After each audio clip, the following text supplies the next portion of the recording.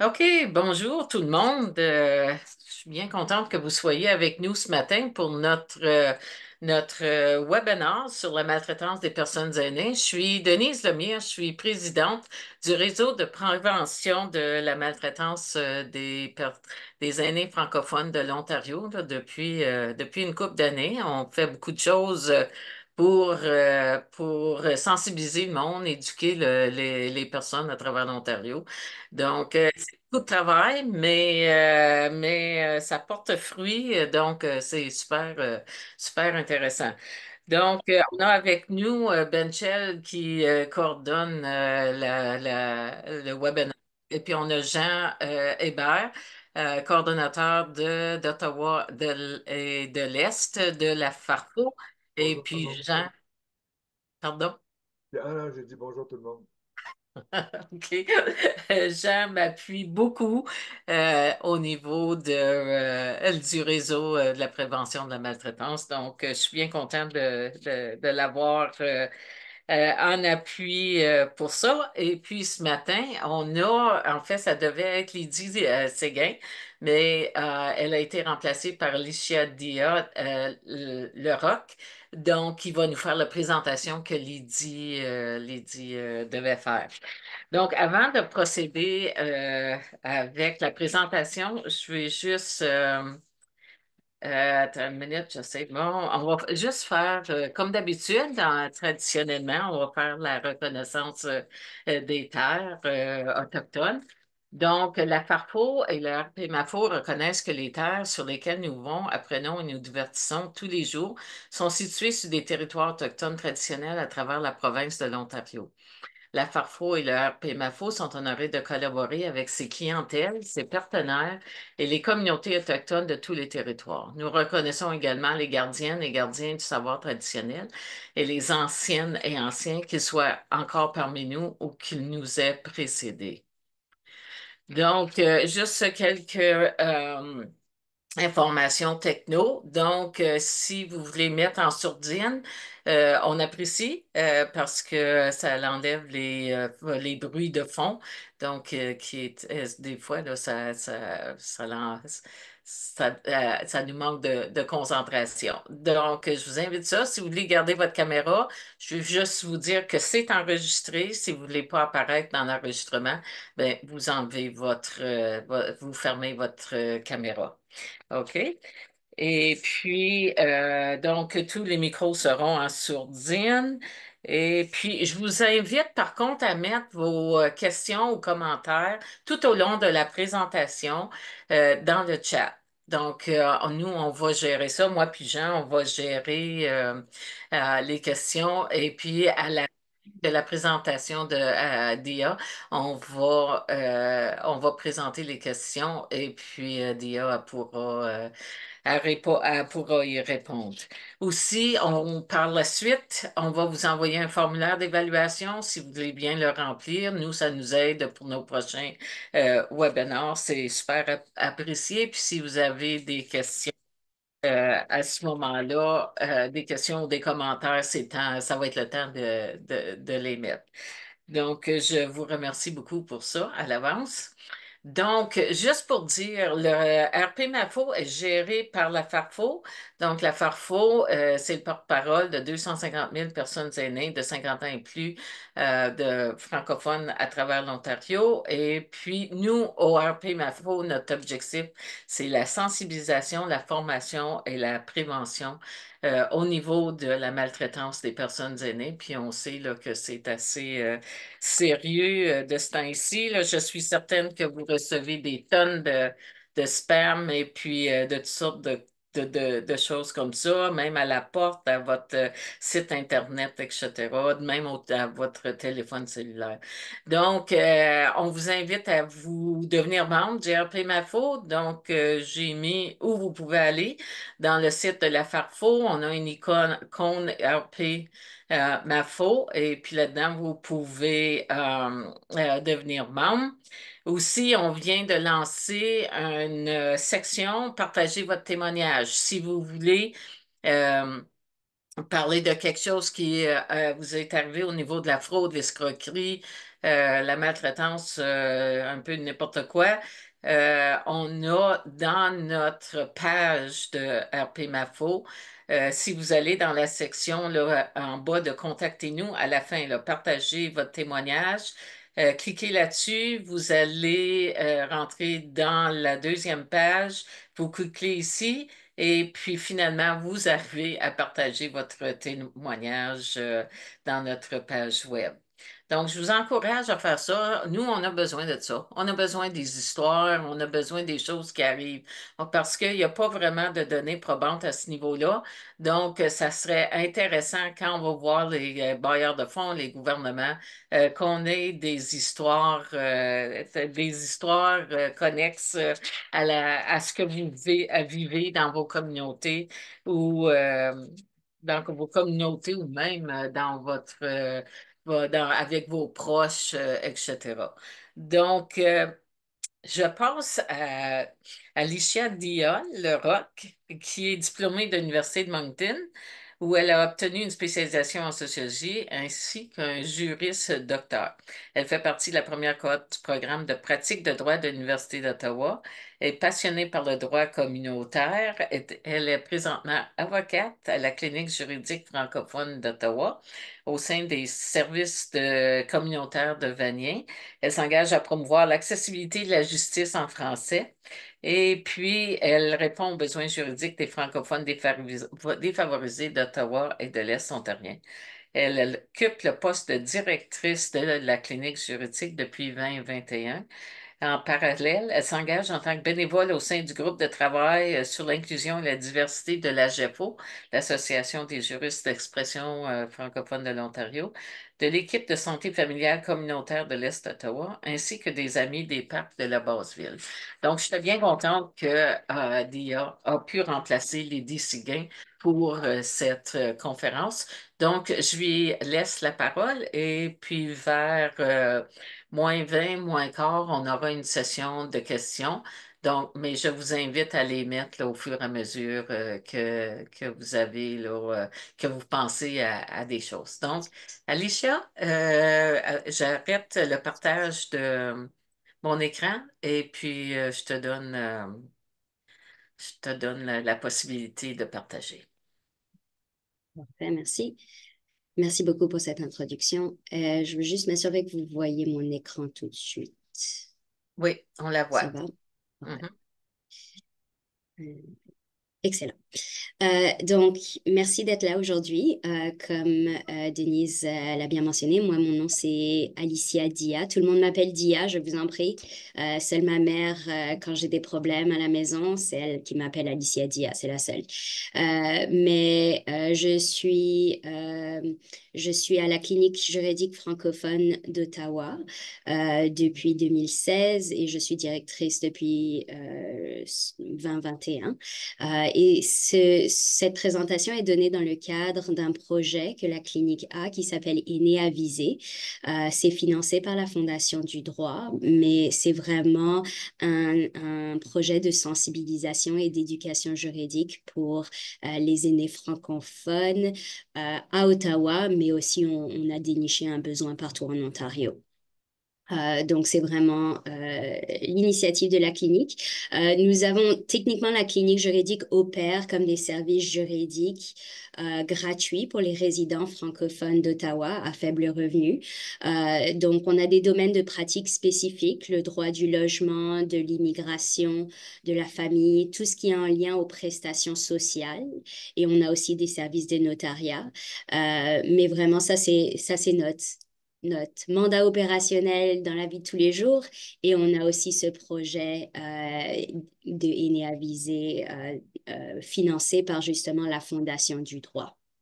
Donc, ça, c'est un petit caveat pour dire que malgré qu'on reçoit le financement de la Fondation du droit, c'est vraiment la clinique juridique qui est responsable de l'ensemble du contenu.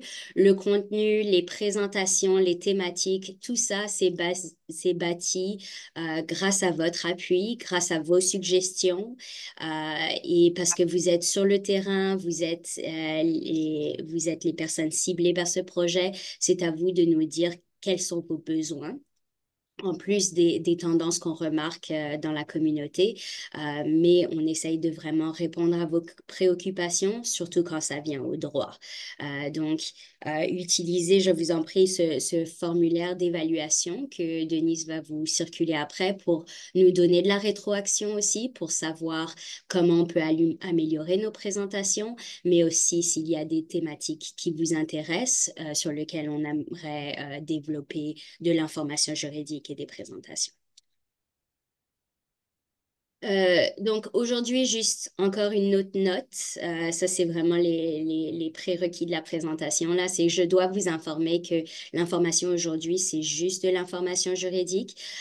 Vu qu'on est en groupe, vu que c'est enregistré, souvent, c'est pas confidentiel et donc on ne peut pas vraiment donner des conseils sommaires. Donc, on se tient à l'information juridique, mais quand on parle des situations particulières d'une personne à une autre, c'est là que je recommande tout le temps de consulter un avocat parce que là, c'est vraiment d'appliquer euh, juste pour vous donner la différence entre l'information juridique et les conseils juridiques. L'information, c'est général. On va parler de la loi, on va parler de la procédure, on parle des ressources qui sont disponibles, mais vraiment, quand on parle d'une situation de quelqu'un en particulier, c'est là qu'on rentre dans les conseils juridiques et ce ne sera pas le but de cette présentation aujourd'hui. Dans ces cas-là, on recommande directement de parler à un avocat qui pourra s'asseoir avec vous, décortiquer la situation que vous vivez ou que quelqu'un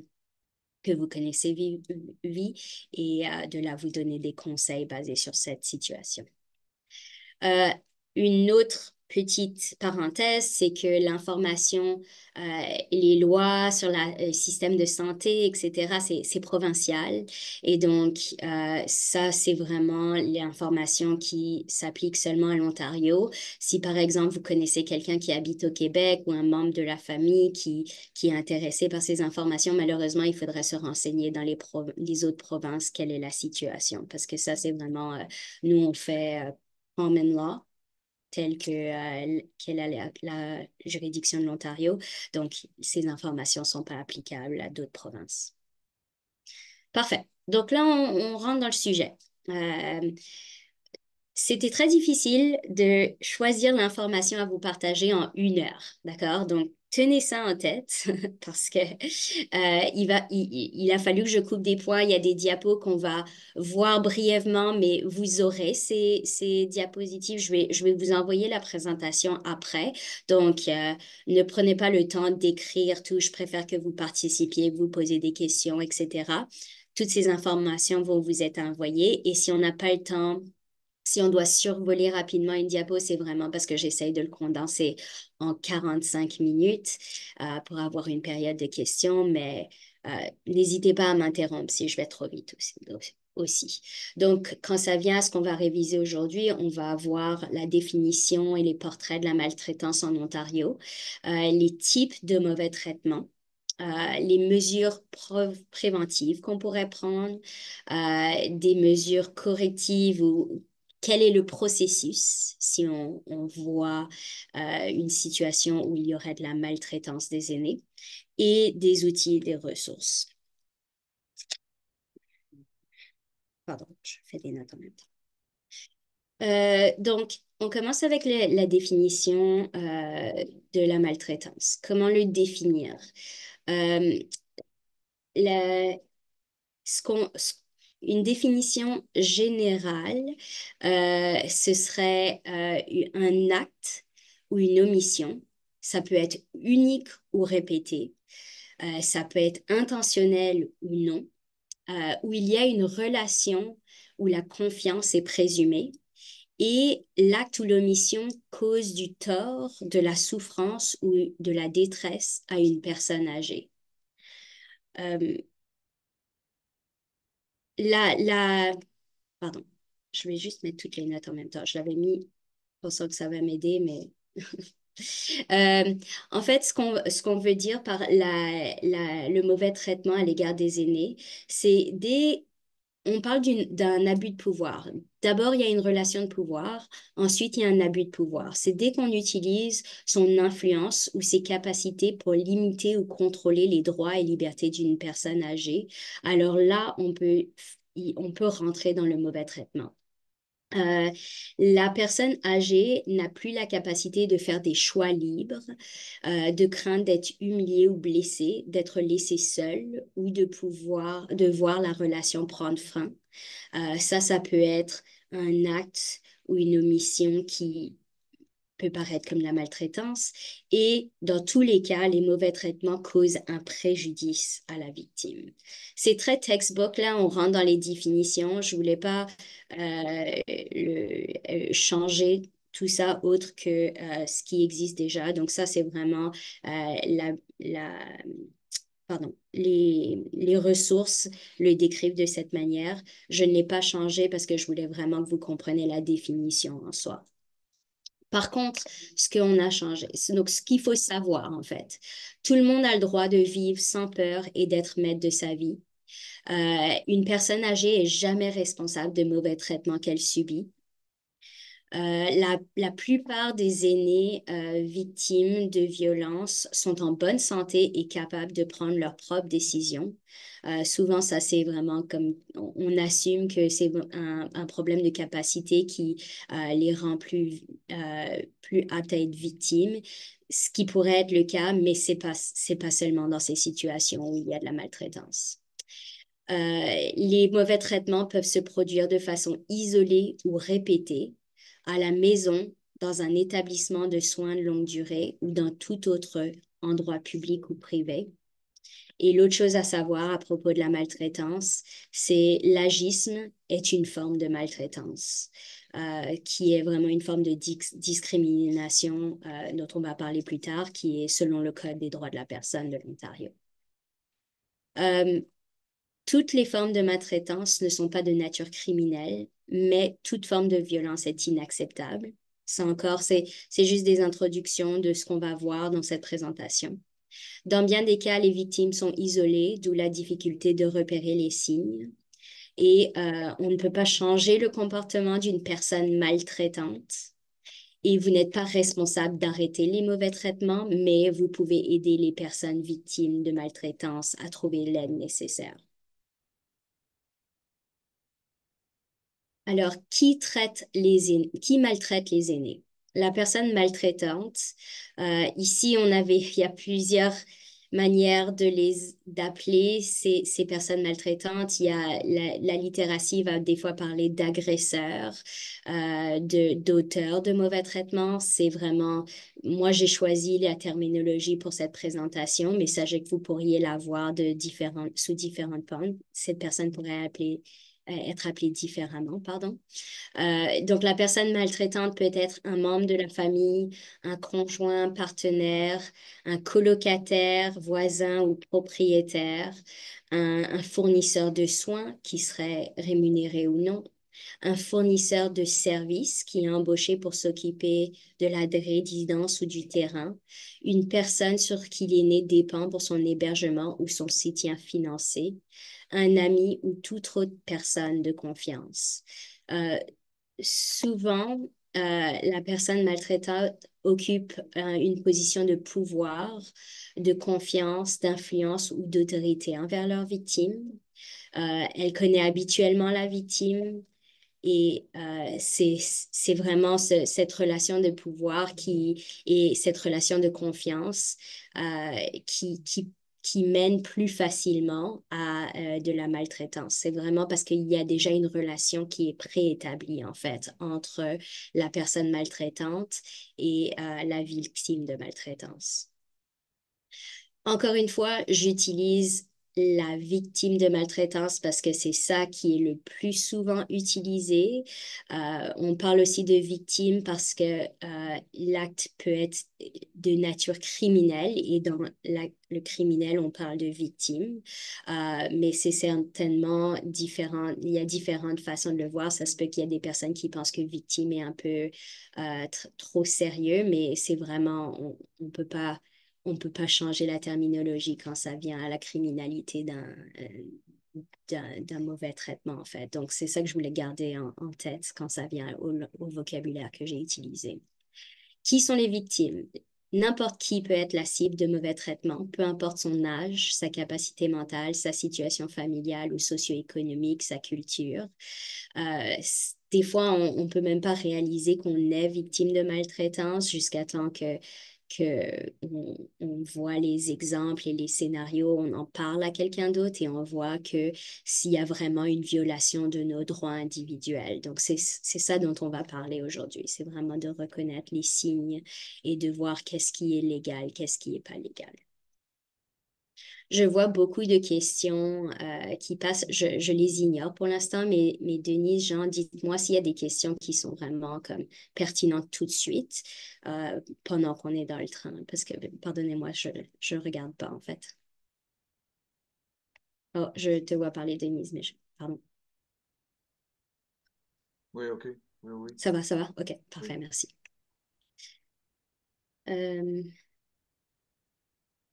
Donc, il y a certaines situations, on a parlé que toute personne peut être victime de maltraitance, mais il y a certaines situations qui nous rendent plus susceptibles d'être victimes de maltraitance. Là, on parle vraiment de la dépendance aux autres, cohabitation, aide financière, le fait qu'on ne prend plus des décisions pour soi-même. Les conflits familiaux pourraient mener ou nous mener à, nous mener à être plus à risque à la maltraitance, l'isolement physique, social ou culturel, les antécédents de violence familiale, des problèmes de toxicomanie, dépression et autres problèmes de santé mentale ou une déficience cognitive. Maintenant, on va parler, ça c'était très bref parce que je veux qu'on rentre encore, je me dépêche là, je vois le temps passer et je me dépêche de passer à travers. Ce qui est important, c'est qu'on passe à travers toutes ces informations, vous aurez ces informations avec vous et si vous avez des questions, vous pourrez me contacter pour le reste. Donc, les types de mauvais traitements, ça aussi, il y avait différentes interprétations dépendant de la littératie là-dessus. Moi, je les ai combinés, mais il y en a d'autres comme par exemple les mauvais traitements sexuels, je l'ai séparé, mais c'est techniquement ça fait partie de la catégorie mauvais traitement physique. Mais je voulais quand même mettre une emphase là-dessus pour dire que c'est quand même une catégorie qui devrait être prise en considération ou qui devrait être prise très sérieusement. Donc, dans les mauvais traitements physiques, on parle de violence physique, qui comprend toutes les formes de mauvais traitements physiques, même celles qui n'entraînent pas nécessairement des blessures corporelles visibles. Donc là, j'ai donné des exemples. Vous pouvez imaginer bousculer, frapper, traiter de manière brusque, gifler, donner des coups, séquestrer, infliger des blessures ou des coupures, menacer, même la menace de violence physique, utiliser des moyens de contention, recourir à des interventions médicales inappropriées qui causent du tort. Ça, c'est vraiment toutes des exemples, mais ce n'est pas les seuls de ce qui est considéré des mauvais traitements physiques. Ensuite, il y a dans la catégorie des mauvais traitements physiques, il y a des mauvais traitements sexuels. Donc, on comprend l'exploitation sexuelle ou tout acte de nature sexuelle sur une personne contre son gré. Donc, encore une fois, des exemples, des attouchements non désirés, des remarques de nature sexuelle sans consentement, des contacts sexuels forcés, des gestes sexuels forcés, l'utilisation d'un pouvoir ou d'une position d'autorité pour forcer quelqu'un à avoir des relations sexuelles. Et c'est vraiment, c'est contre son gré, ça. C'est vraiment la partie la plus importante du mauvais traitement sexuel. Mauvais traitement psychologique, ça survient lorsqu'une personne cherche à contrôler une personne âgée par la peur, l'insécurité ou la culpabilité. Là, on parle vraiment d'une influence sur la santé mentale d'une personne et qui pourrait créer des des problèmes de comportement ou des troubles émotionnels. On parle des exemples, on parle d'insulter, menacer, intimider, humilier, harceler, dénigrer, traîner comme un enfant, les isoler, comme les forcer à rester, les empêcher de voir des amis, de la famille, les rabaisser, blâmer, contrôler ce que la personne peut faire, encore empêcher de participer à des activités, contrôler les croyances et les activités religieuses.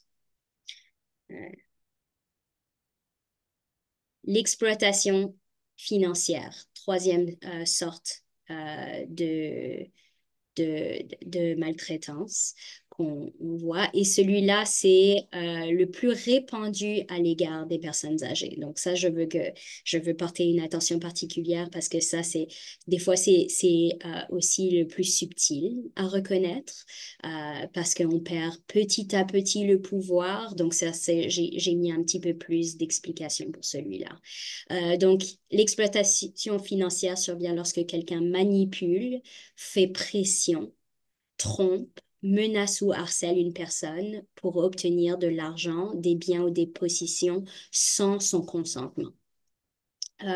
Dans certains cas, le fraudeur contraint ou persuade la victime de modifier son testament ou de signer une procuration ou encaisse des chèques sans sa permission. Ça, c'est des exemples pour vous montrer les différentes formes les différentes formes et les différents degrés de gravité que peut prendre l'exploitation financière.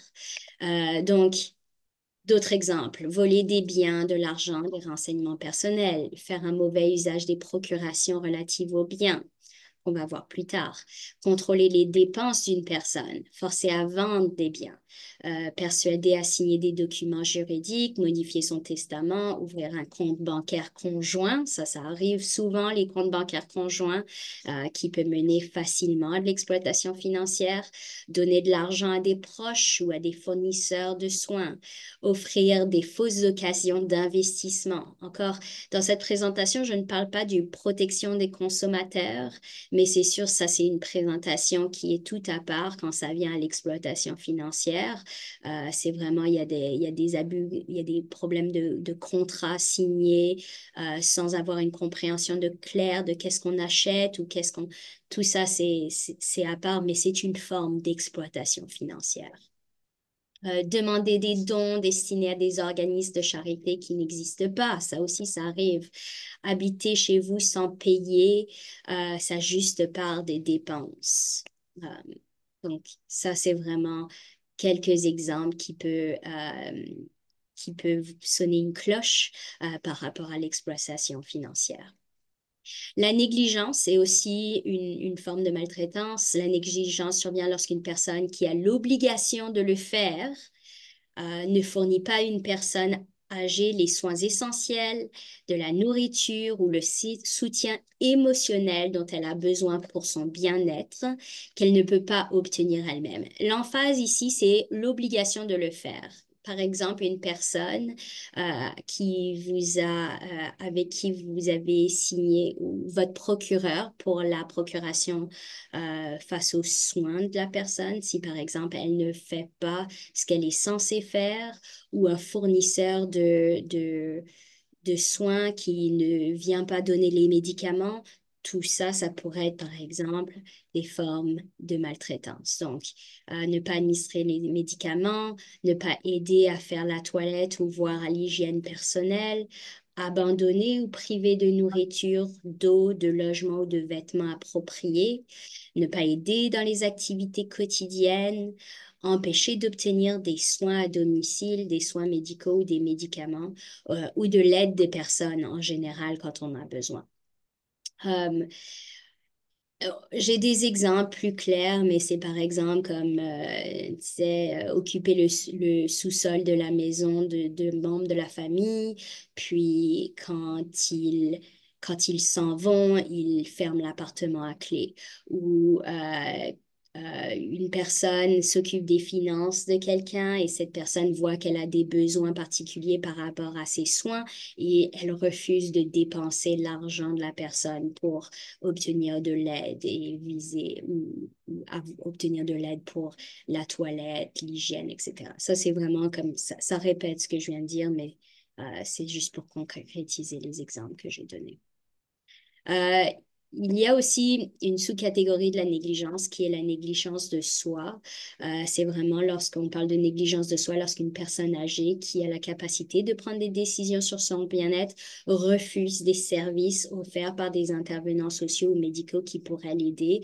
Ça pourrait mener à aussi une forme de maltraitance, mais je ne pouvais pas trouver des exemples clairs sur comment pratique ça serait, comme qu'est-ce qui se passerait dans ces cas-là. Donc, je le mentionne, mais la littératie ne m'a pas mené à vraiment comme qu'est-ce qui se passerait dans ces cas de maltraitance ou est-ce qu'un docteur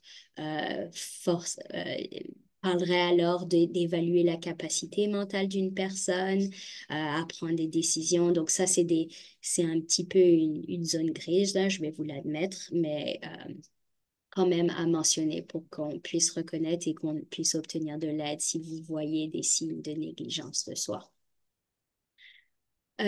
Donc, une fois qu'on a vu les types de maltraitance, maintenant, je veux vraiment parler des mesures préventives euh, pour réduire les risques, en fait. Réduire les risques avant que ça arrive. Euh, D'abord, on parle d'un plan, je l'ai séparé encore, basé sur des grosses catégories parce que j'avais besoin d'être rapide. Et d'abord, on parle de développer un plan de sécurité, surtout s'il n'y a pas de danger immédiat. On ne va pas développer, ça c'est préventif, ça c'est avant que la maltraitance ait lieu. C'est pour prévenir la maltraitance, juste au cas où, surtout, on se voit... on voit sa situation de santé peut-être se dégrader et on s'inquiète aussi de cette perte d'autonomie. Alors là, dans ces cas-là, on recommande avoir un plan de sécurité.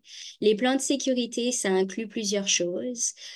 Plan de fuite, avoir une valise d'urgence, faire des copies des documents importants et les placer en lieu sûr et de demander à des voisins ou des amis d'appeler la police s'ils croient que quelqu'un vous fait du mal.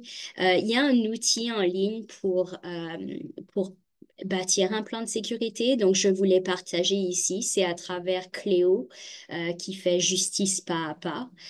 Donc, je vous ai donné le lien, vous l'aurez dans la présentation.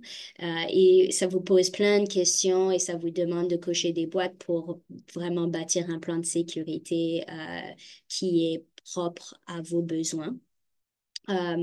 Mais en gros, je vous ai mis toutes les choses qui pourraient être incluses. C'est une liste exhaustive. Donc ça, on va pas passer à travers parce que ça va prendre du temps. Mais en gros, c'est vraiment d'avoir tout à portée de main, tous les nécessaires à portée de main, dont les clés, les documents importants, les contacts d'urgence, toutes vos procurations, etc au cas où vous devez sortir de votre logement de manière urgente. Donc, je vous l'ai mis, on ne va pas passer à travers parce que ça va me prendre plus de temps que prévu, mais la liste sera là quand vous en aurez besoin. D'autres mesures préventives que je vous recommande pour préserver votre indépendance et vous protéger contre l'exploitation. Donc, utilisez votre propre téléphone et ouvrez votre courrier vous-même. Encore tout ça, c'est vraiment le plus que vous pouvez garder l'autonomie pour le plus longtemps possible. Le plus vous êtes, ça va réduire vos chances d'être victime de maltraitance. Parce que le plus on dépend sur d'autres personnes, c'est là le plus on se met à risque de vivre de la maltraitance. Donc, utilisez votre propre téléphone, ouvrez votre courrier vous-même, réfléchissez bien avant de vivre avec quelqu'un, Prenez le temps de considérer les implications de cohabiter avec quelqu'un ou d'accepter un colocataire. Restez connecté avec vos proches, votre famille, et afin d'éviter l'isolement, parce que l'isolement, ça nous met plus, on est plus enclin encore d'être ciblé par par une personne maltraitante, et n'hésitez pas à demander de l'aide si vous en avez besoin. Dernièrement, c'est vraiment, quand ça vient à la santé, prenez soin de votre santé. Donc, soyez conscient de vos besoins en soins de santé, surtout en cas de maladie ou d'accident. Explorez toutes les options de soins disponibles. Renseignez-vous sur les soins à domicile ou les équipements utiles comme les chaises de baignoire et les barres d'appui. Encore, vous voyez, tout ça, c'est vraiment pour garder le plus longtemps votre indépendance et parler de vos préoccupations si vous êtes en maison de soins à longue durée, en maison de retraite ou obtenez des soins à domicile. Le plus important, ça c'est l'avocate en moi, c'est rédiger une procuration pour vos soins. Ça, c'est vraiment encore une mesure préventive à prendre au cas où vous perdez votre indépendance et vous perdez la capacité mentale de prendre vos propres décisions. Maintenant, les mesures préventives pour réduire les risques d'exploitation financière. Donc, surveillez vos finances. Ça revient aussi à ouvrir votre propre courrier, ouvrir votre propre facture, parce que là, vous allez pouvoir surveiller vos finances. Si vous savez combien vous payez en facture à chaque mois, vous ne serez pas surpris quand vous voyez votre compte bancaire et quelqu'un paye vos factures pour vous. Vous allez savoir exactement quelles sont les factures à payer, combien d'argent sort de votre compte en banque à chaque mois. Donc, vous assurez que vos informations bancaires et vos documents juridiques sont à jour. Le plus possible, vous payez vos propres factures et vous ne partagez pas vos informations financières. Et si vous devez le partager parce que vous avez besoin d'aide à payer vos factures, alors vérifiez quand même régulièrement vos comptes bancaires. Remplacez vos cartes de crédit ou débit si vous craignez une exploitation. Ça, c'est une des techniques qu'on vous donne pour garder, pour garder le contrôle de vos affaires financières, pardon. Gérez vos transactions financières, donc le plus possible, effectuez vos propres transactions, utilisez les services en ligne ou par téléphone si vous avez des difficultés à vous déplacer. Je sais qu'il y a beaucoup de réticence par rapport aux services en ligne ou par téléphone, mais si on peut se familiariser avec ça, ça a été prouvé qu'il y a moins de fraude à travers les applications et les services en ligne que si on donne le pouvoir de payer les factures à quelqu'un d'autre, en fait. Donc ça, c'est vraiment une réticence à adresser. Inscrivez-vous au dépôt direct pour vos paiements de retraite et activez le paiement automatique pour vos factures. Dernière chose, gérez vos biens.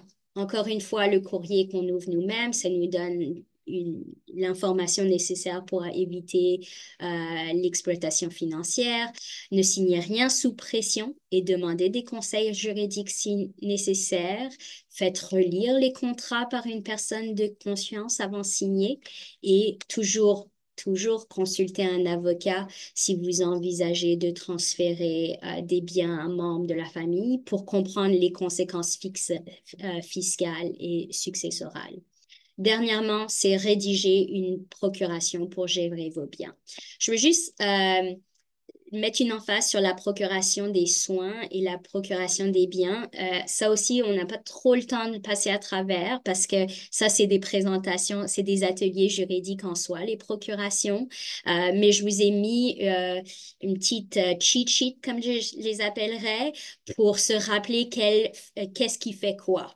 Alors, et surtout, ça a à voir avec la capacité mentale et la mise en place. Donc, vraiment, si on est capable, on peut, oh, pardon, si on est capable, on peut écrire une procuration perpétuelle relative au bien. Perpétuelle, ça veut dire que ouais, elle peut entrer en vigueur euh, pendant qu'on a la capacité mentale et elle peut continuer quand alors qu'on a perdu la capacité mentale. Donc ça, c'est perpétuel. Temporaire, ça veut dire que peut-être on est à l'hôpital et on a juste besoin que quelqu'un s'occupe de nos biens ou de payer les factures pendant on n'est pas disposé à le faire, mais que c'est de telle date à telle date et ça prend fin à la fin de cette date. Procuration relative aux soins de la personne. Elle doit être signée quand on est capable, mais elle elle rentre elle est seulement activée quand on perd la capacité mentale. Et donc, quand on n'est plus capable de prendre des décisions. Et encore une fois, on peut faire un testament aussi quand on est capable. Une fois qu'on a perdu la capacité, alors là, on ne pourrait pas faire ces procurations et il faudra qu'un tuteur au bien et un tuteur à la personne soient nommés pour pouvoir prendre des décisions à notre place. Et ça, c'est l'entrée en vigueur. Donc, quand est-ce que ces procurations deviennent actives ou deviennent valides? Donc là, on va rentrer dans... Avant, on a vu les types de maltraitance, on a vu ce qu'il faut faire pour essayer de prévenir le plus possible la maltraitance. Maintenant, on va voir qu'est-ce qu'il faut faire. Et là, je vois, on n'a pas beaucoup de temps. Je me dis, c'est fou qu'on veut faire ça en 1 heure. C'est difficile, mais on va y aller rapidement. Puis, disons, on va essayer de finir en 10 minutes, d'accord? Pour avoir 10 minutes de questions. Donc, si vous soupçonnez qu'une personne est victime de maltraitance, il y a des indices. C'est soit que la personne nous le dit nous le dit directement, on peut voir des blessures, il y a un changement de comportement. Petit à petit, la personne se désiste de la vie sociale, elle prend son retrait. Il y a des changements qui sont rapide dans la situation dans laquelle la personne vit. On peut voir des décisions financières suspectes ou on peut voir de la négligence. Encore, on n'a pas le temps de passer à travers tout ça, mais il y a une description rapide des indices de maltraitance. Donc, si ça se voit. La première chose, c'est on appelle le 911 si on perçoit un danger immédiat. Ça, il y a pas de question. On ne on ne prend pas la chance avec ça. Si nos premiers instincts nous disent je m'inquiète pour cette personne, il y a des indices qui sont clairs qu'elle est maltraitée, soit physique ou mentale ou toutes les autres sortes, alors je vous recommanderais d'appeler 911. Dans ces cas-là, la police a le droit de rentrer, même si la victime ne veut pas. Il faudra expliquer en détail. Donc là, c'est comme si c'était une poursuite criminelle. Donc, il faut collecter les preuves, il faut signer une déclaration, des photos, des rapports médicaux, des témoignages vont être collectés. Puis ensuite, c'est pas à nous ou c'est pas ni la victime ni la personne qui a signalé la maltraitance qui va décider si un crime a été commis, c'est la police. Donc, vraiment, ça sort de notre contrôle. La décision ne nous appartient pas parce que c'est basé sur le code criminel. Donc, une chose importante par rapport à ça, c'est que tout mauvais traitement n'est pas nécessairement de nature criminelle. Alors, il y en a qui sont perçus, et ça a à voir avec la formulation de mauvais traitement au sens du Code criminel du Canada. Donc, là, je vous ai donné des exemples. pour pouvoir mieux comprendre la direction dans laquelle on doit aller. Alors, des exemples, c'est un fournisseur de soins vous dit que vous n'êtes bon en rien, mais c'est un mauvais traitement, mais c'est pas nécessairement criminel. Alors que si un aîné se fait frapper ou même menacer, même si c'est une menace, ça peut être de nature criminelle selon le code criminel. Un autre exemple, c'est un membre de la famille insiste que vous devez lui prêter de l'argent ou vous intimide. C'est une forme de mauvais traitement, comme on a vu plus tôt, mais ça ne veut pas dire que mais ce n'est pas de nature criminelle.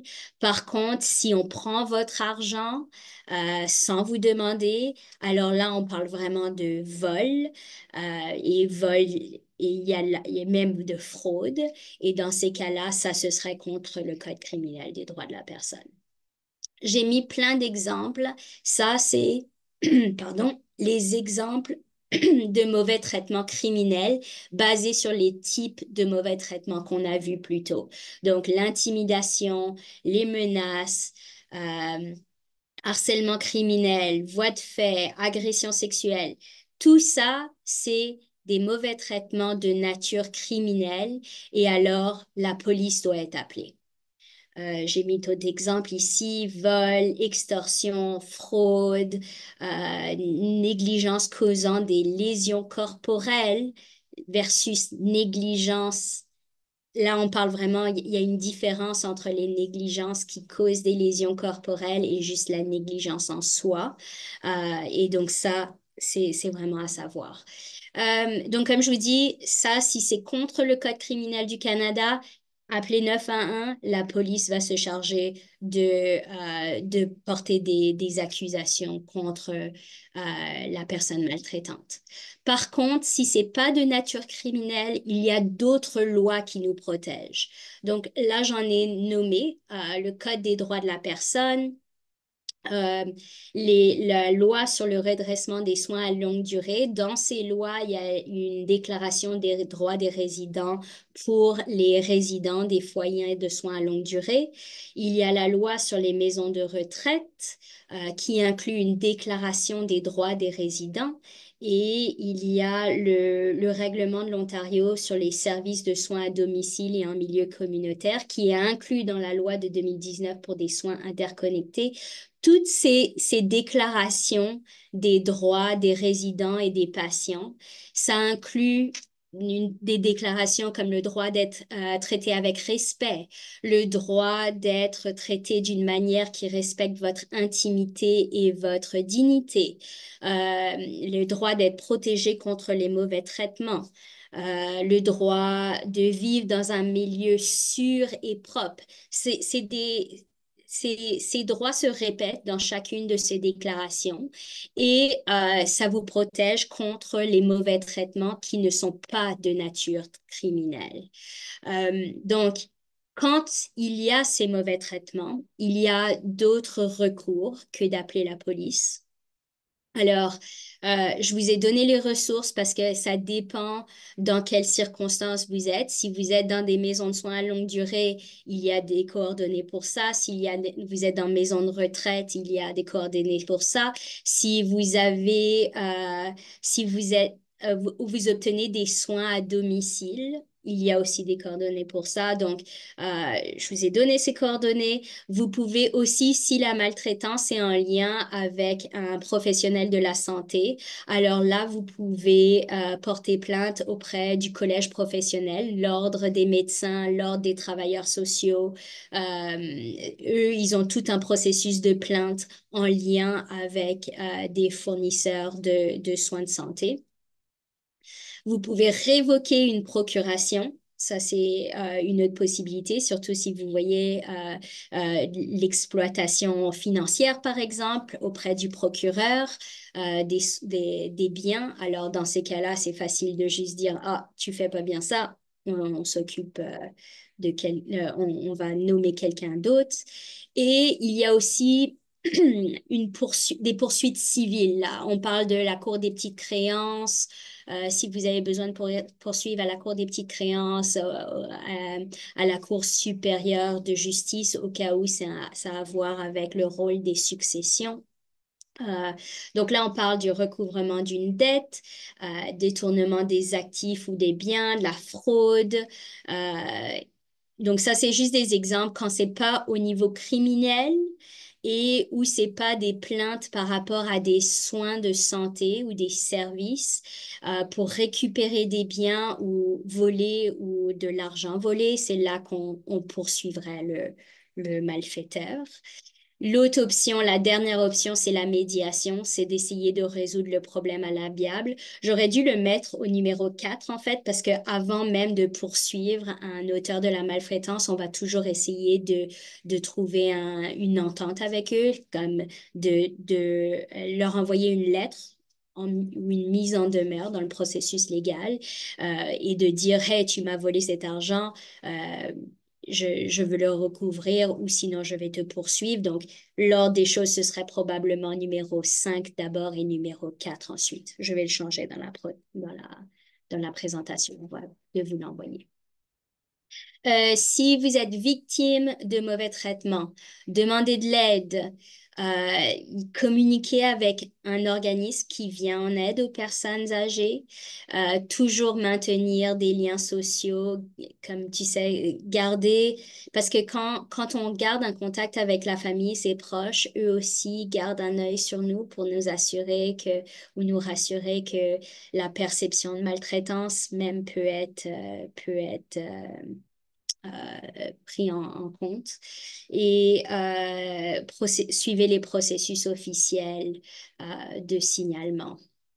Si vous soupçonnez une personne âgée d'être victime de maltraitance, respectez ses droits, aidez là à trouver des ressources d'aide, respectez son opinion et son décision. Respecter son droit à ce qu'uniquement les renseignements personnels nécessaires soient divulgués à d'autres personnes, obtenir son consentement avant de signaler les mauvais traitements. Oh, pardon, c'est coupé. Souvent, les victimes de mauvais traitements ont parfois honte ou peur de dévoiler le mauvais traitement. Donc, c'est là que faut procéder avec un certain tact, être délicat. Juste une parenthèse avec obtenir le consentement. Si par exemple une personne victime de maltraitance en parle à quelqu'un qui est un professionnel de la santé, ça se peut qu'ils n'ont pas le choix de dévoiler cette maltraitance malgré que la personne souhaite que ça reste confidentiel. Ça va avec leur responsabilité de l'ordre. Donc juste faites attention que si vous voulez vraiment pas que ça sorte de votre bulle encore, parlez-en d'abord aux proches, à la famille, etc. Et ensuite, parlez-en à un professionnel de manière accompagnée. Comme ça, vous êtes sûr parce que c'est vraiment chacun a ses obligations. Je vois le temps passer. J'ai juste ajouté des ressources communautaires, des lignes d'aide et aussi des ressources à explorer pour des avis juridiques et des ressources à explorer pour de l'information juridique. Ça, c'est vraiment la différence que j'ai notée plus tôt. Bon, je suis vraiment en retard, mais j'imagine c'est parce que j'ai vu beaucoup de questions, donc je préférais me dépêcher que de... Excusez-moi, hein, je sais que ça a été très vite, pardonnez-moi. Donc, merci beaucoup, Alicia. C'est assez complexe quand même, hein? Ouais. Est-ce qu'on pourrait arrêter le partage? Est-ce que tu pourrais arrêter le partage puis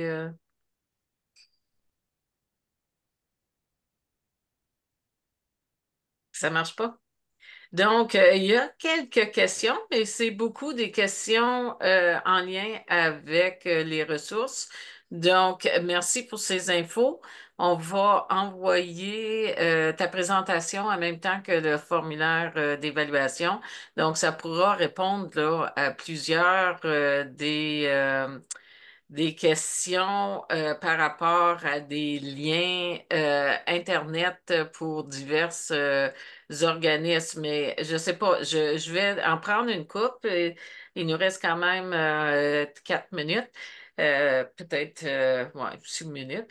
Donc, par exemple, Georges Paquet demande les ombudsmen des hôpitaux ont-ils des pouvoirs? Quelle loi les régit? Est-ce qu'il y a vraiment un ombudsman des hôpitaux? Est-ce que tu le sais? Il y a des ombudsman des patients, donc ça, je pourrais l'ajouter pour les soins à domicile. Mais moi, je parlais pas vraiment d'hôpital dans ces cas-là. Le problème avec l'hôpital, c'est qu'on rentre dans des situations qui sont très spécifiques, comme est-ce que la personne a encore la capacité? Est-ce qu'elle n'a pas la capacité? Qui est-ce qui serait la personne maltraitante? Est-ce que ce serait la personne, une personne rémunérée de l'hôpital.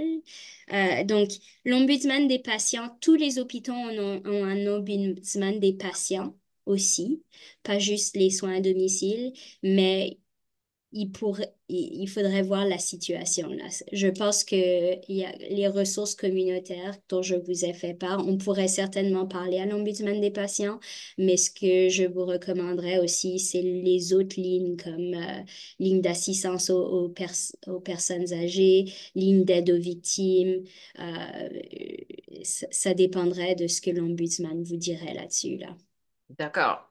Ouais. Donc, il demandait aussi pour le lien sur la Charte des droits de la personne, quand tu as mis tes liens, là, les suggestions de ressources, est-ce que tu pourrais ajouter le lien comme tu l'avais, la Charte des droits de la personne? Tu peux-tu ajouter les liens? Les hyperliens aux lois là. Oui, Oui, oui, oui, je peux, oui. absolument. OK. Oui,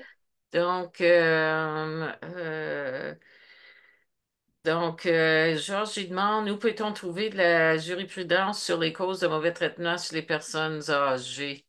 OK. Je pense que le problème de la jurisprudence, c'est il y a un site web qui s'appelle Canly. Je pense que c'est vraiment le seul qui est disponible pour le grand public. Autre que consulter un avocat qui chercherait la jurisprudence, vous pourriez voir sur Canly, parce que là, ce serait toutes les causes comme protection du consommateur, tout ce qui est à la Cour des petites créances et tout ce qui est, j'anticipe, vous pourriez trouver tout ce qui est criminel aussi.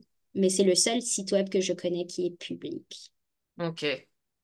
OK. Est-ce que tu peux Je l'ai juste mis me... dans le chat pour tout le monde. Ah, OK. Et puis, il demande, pourriez-vous m'envoyer un lien dans le cas de mauvais traitement d'un propriétaire en Ontario? Donc, au niveau des propriétaires, est-ce qu'il y a une loi, là? J'ai envoyé la loi sur le logement, de la location de logement, je l'ai mis dans le chat, mais est-ce qu'il y a d'autres choses en lien avec ça? Ouais, ça dépendrait encore du type de maltraitance, parce que là, ça dépendrait dépendant du type de maltraitance, on irait dans différents forums, par exemple. Si, par exemple, c'est vraiment, il est en train de charger plus que le loyer, par exemple, alors là, ce sera la commission de la location immobilière. Si il n'est pas en train d'offrir l'entretien, les réparations, ça aussi, c'est le logement, c'est la commission de la location immobilière. S'il y a d'autres sortes d'abus euh, qui sont pas entretenus par la loi sur l'usage, la loi sur la location à usage d'habitation, là, ça irait à la Cour des petites créances ou ce serait criminel. Je sais pas quel autre scénario, mais c'est vrai que cette loi s'occuperait de beaucoup des droits généraux par rapport à la relation locataire-propriétaire. OK, Denise, il reste juste une minute. Denise, il reste une minute. En fait, j'aurais peut-être une question, Dia. Oui, Tu as mentionné le respect de la décision de la personne. oui. Si on fait un constat d'une situation et qu'on en parle avec cette personne-là et qu'elle nie complètement, mais dans la réalité, il y a vraiment une situation, comment on gère ça, le respect de la décision et le constat d'une situation qui finalement peut être grave d'une certaine façon. Hmm. Je m'inquiète que je vais vous répondre comme avocate et non pas comme travailleuse sociale, parce que j'anticipe qu'une un travailleur social aurait une différente réponse que la mienne. Parce que moi, mon réflexe en tant qu'avocate, ce serait vraiment d'une, est-ce que je doute la capacité mentale de la personne? Ça, c'est mon premier réflexe. Et de deux, si j'ai aucun doute, j'appellerai la police ou échec au crime. Comme c'est, moi, je prendrais pas la chance, mais j'anticipe que ce serait pas la même réponse d'une travailleuse sociale qui prendrait à cœur tout le côté holistique de cette maltraitance. Donc, je m'excuse, Jean, c'est Ouais, non, encore moi, j'ai mon chapeau d'avocat là quand j'ai l'impression qu'il faudrait faire une présentation avec avec un travailleur social parce que c'est une approche qui est très holistique, qui est collaborative et on n'approcherait pas juste avec un avocat ce genre de problème. Si ça répond un peu à ta question, mais te donner des pistes que dans ces cas-là, tu pourrais appeler la police, mais moi, je te recommanderais alors la ligne d'assistance aux personnes âgées parce que j'anticipe qu'ils voient ce genre de scénario et ils pourraient te donner le A à Z de comment l'approcher dépendant de où cette personne est, quelle sorte de maltraitance, peut-être avoir un peu plus d'accompagnement pour s'assurer d'avoir une surveillance sur cette personne. Donc, il y a plusieurs solutions, mais moi, j'ai mon chapeau d'avocat seulement. Ouais, ah, parfait, désolée. parfait, merci. Non, Ouais. Donc, il est 11h01. On vous quitte. Donc, merci beaucoup, Alicia Dia, de Oui, t'avoir rencontré, de te connaître et puis d'avoir toutes ces informations-là. Donc, merci aux personnes participantes aujourd'hui. On était quand même une trentaine en ligne. Et puis, juste un rappel pour remplir le formulaire d'évaluation. En même temps, on va vous envoyer l'enregistrement. En même temps, on va vous envoyer la présentation d'IA et puis aussi probablement des ressources qui ont été soulignées dans le chat. Donc, merci beaucoup. Puis